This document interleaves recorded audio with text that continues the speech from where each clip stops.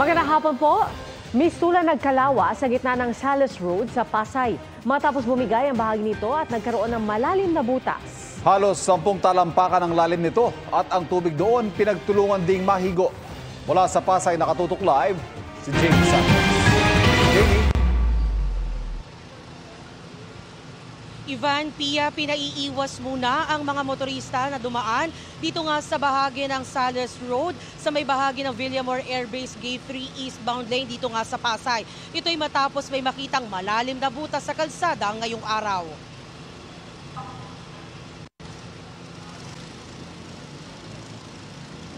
Ganito lang ang butas sa bahagi ng eastbound ng Sales Road sa Pasay City.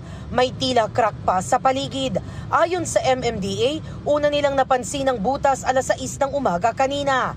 Sa mga susunod na litrato ng MMDA, tila unti-unting bumabagsak ang bahagi ng kalsada hanggang sa tuluyan na itong bumigay at lumaki pa ang butas. Around 8 o'clock hindi na kami nagpadaan ng sasakyan. Malalim na po yung lubak niya at saka may lumabas na tubig.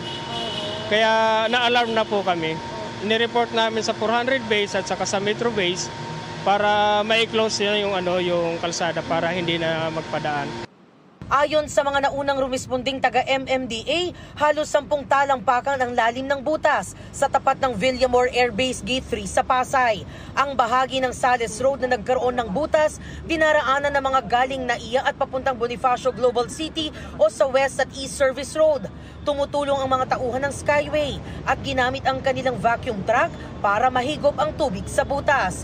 Ayon sa DPWH-NCR, inaalam pa nila kung may kinalaman ng tubo ng Maynilad sa pagkakaroon ng butas sa kalsada. Pina-verify ko na yan sa staff namin. Nakita nga nila yung butas na yan na may tubig. Pero nataon na wala kaming project sa lugar na yan. Kaya tinitignan namin kung yung isang water company sa kanila yan. I-coordinate namin sa kanila. Pasado alas 2 ng hapon, dumating ang mga tauhan ng Maynilad. Isinara nila ang isang valve para matigil ang pagtaas ng tubig sa butas. Nagsagawa na rin sila ng dewatering sa butas at hinanap ang pinagmumulan ng tagas.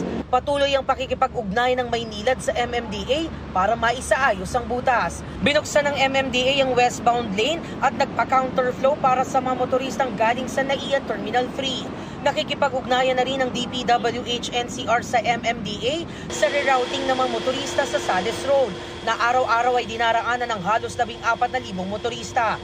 Ayon kay Jen Rufo, Corporate Communications ng Maynilad, habang kinukumpuni ang tagas, 5 nakapaligid na barangay ang mahina o walang tulo ang gripo hanggang mamayang alas 10 ng gabi.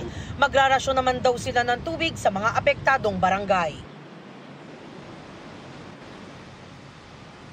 Pia, Ivan, nakabantay ang mga tauhan ng Maynilad at MMDA dito nga sa Sales Road, dito nga sa may malalim na butas. Ina-assess kung gaano kakalaki at lalim yung butas dito sa bahagi ng Sales Road. Pia, Ivan.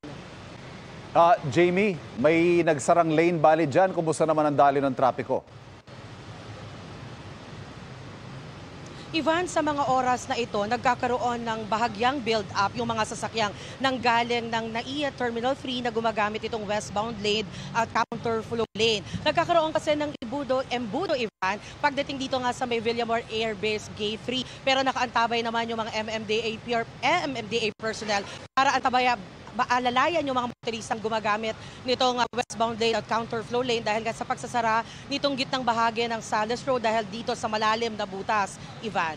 At kailan daw inaasahang maayos at mapapadaanan ulit sa mga sasakyan yan, Jamie? Ivan, sa pahayag na ibinigay ng Maynilad, wala silang ibinigay na eksaktong oras kung hanggang anong oras matatapos yung paglo-locate at prepare nila dito nga sa taga sa bahagi ng kalsada ng Sales Road. Pero sabi nila, ang estimate nila hanggang alas 10 ng gabi magrarasyon sila ng tubig sa 5 barangay na maaapektuhan ng pagsasara ng valve para hindi na tumaas yung tubig dito sa may malalim na butas dito sa aking likuran kung nakikita nyo, Ivan. At kanina, Ivan, sinukat ng mga tauhan ng Maynilad yung lalim nitong butas dito nga sa may bahagi ng Sales Road gamit yung kanilang panukat at lumalabas doon sa panukat ng Maynilad ng mga tauhan ng Maynilad ay lumalabas na mahigit 2.80 meters o mahigit siyang natalampakan yung lalim ng butas dito sa bahagi ng Salas Road, Ivana. Anyway, sa mga motorista natin, advisory na lang siguro na iwasan muna ang bahaging yan para makaiwas sa mabigat na dali ng trapiko. Maraming salamat sa iyo, Jamie Santos. Panibagong pangaharas ng China, binuntutan ng isang barko nila ang mga barko ng Pilipinas na magsasaliksik sa hilaga ng Bajo de Masinloc. Hinabol po ng China Coast Guard vessel ang mga barko natin kahit malapit na sa Pangasinan. Nakatutok si Mav Gonzalez. Ang pulang marka sa mapang ito ay lugar sa hilaga ng Bajo de Masinloc o Scarborough Shoal, kung saan magsasagawa ng hydrographic research ang BRP Hydrographer Ventura, survey vessel ng National Mapping and Resource Information Authority o NAMRIA. Naka-escort sa barko ang BRP Gabriela Silang ng Philippine Coast Guard. Ginagawa ang hydrographic survey para masukat ang ilalim ng dagat. Pero kaninang madaling araw, habang papunta roon ang mga barko ng Pilipinas, sinalubong at hinarangan sila ng isang barko ng China Coast Guard. Ang distansya ng mga barko batay sa mapa, 35 nautical miles lang mula sa baybayin ng Pangasinan. Pasok ito sa ating exclusive economic zone. 8 oras na nakahinto ang mga barko. China is clearly sending a message that, and it may be that in the wake of the other things that have been happening, including this trilateral summit, that China is being especially aggressive and making the point that it believes in its 9-line claim. Nang maglayag muli patungo sa research area ang mga barko ng NAMRIA at PCG, bandang alas 10 ng umaga kanina, sinundan pa rin sila ng barko ng China. Ayon sa International Advocacy Group na Sea Light, matapos i-anunsyo ng NAMRIA ang gagawing hydrographic survey, 2 China Coast Guard at 10 Chinese maritime militia ships ang namonitor nila sa bahagi ng Bajo de Masinloc. Had wondered if it was part of a normal rotation, but it's an unusually heavy rotation. Nang magsagawa rin ng survey ang Vietnam sa mga teritoryong pinag-aagawan nila ng China, ilang beses nang haras ang China at sinubukang gupitin ang kable ng kanilang equipment. If indeed the China decides that this hydrographic survey is a threat to their sovereign claims within the 9-line, then they could and have in the past shown the capacity to get pretty aggressive with these things. Sinusubukan pa ng GMA Integrated News na makuna ng reaksyon ang PCG at NAMRIA.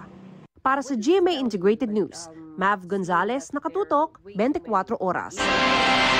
Isang ginang sa Pangasinan ang namatay dahil sa hininalang heat stroke. Ang ilang pananim naman sa Aurora nasira at lalanta dahil sa tindi ng init. Nakatutok si John Consulta. Masigla at walang anumang karamdaman ang 66 na taong gulang na ina ni Helen Espiritu. Pero bigla siyang pumanaw dahil sa hininalang heat stroke. Sobrang init kaya na high blood sila siguro. At yung banday, yung puta-puta nga maong. Katong stroke na siguro. Anya, bigla raw sumakit ang ulo ng kanyang ina at nawala ng malay. Ilan yan sa mga sintomas ng heat stroke. Sa Aurora, ilang tanim na papaya ang natuyulot na matay. Nabubulok ang bunga at hindi na mapakinabangan kaya may mga itinapon na. Pati tanim na talong at ampalaya nalantana dahil sa init. Mabilis ding makasira ng mga pagkain ang mainit na panahon. Kaya ang ilang nagbebenta ng sikat na puto kalasyaw sa Pangasinan, binalot na sa dahon ng saging ang mga puto at hindi sa plastic para maiwasan ang moisture na madaling makapanin sa pagkain. Umaabot sa danger category ang heat index o damang init sa ilang lugar sa bansa. Kaya paalala rin ng mga eksperto. Importante nga po na umiinom sila ng maraming tubig at nasa cooler place sila at gumagamit sila ng maayos po na or light clothes para hindi na po uminit yung pangakatawan. Para sa GMA Integrated News, John Consulta, nakatutok 24 oras. Mga kapuso, patuloy na tumutok sa mga balita. Mag-subscribe sa GMA Integrated News sa YouTube. Sa mga kapuso abroad, samahan nyo kami sa GMA Pinoy TV at www.gmanews.tv.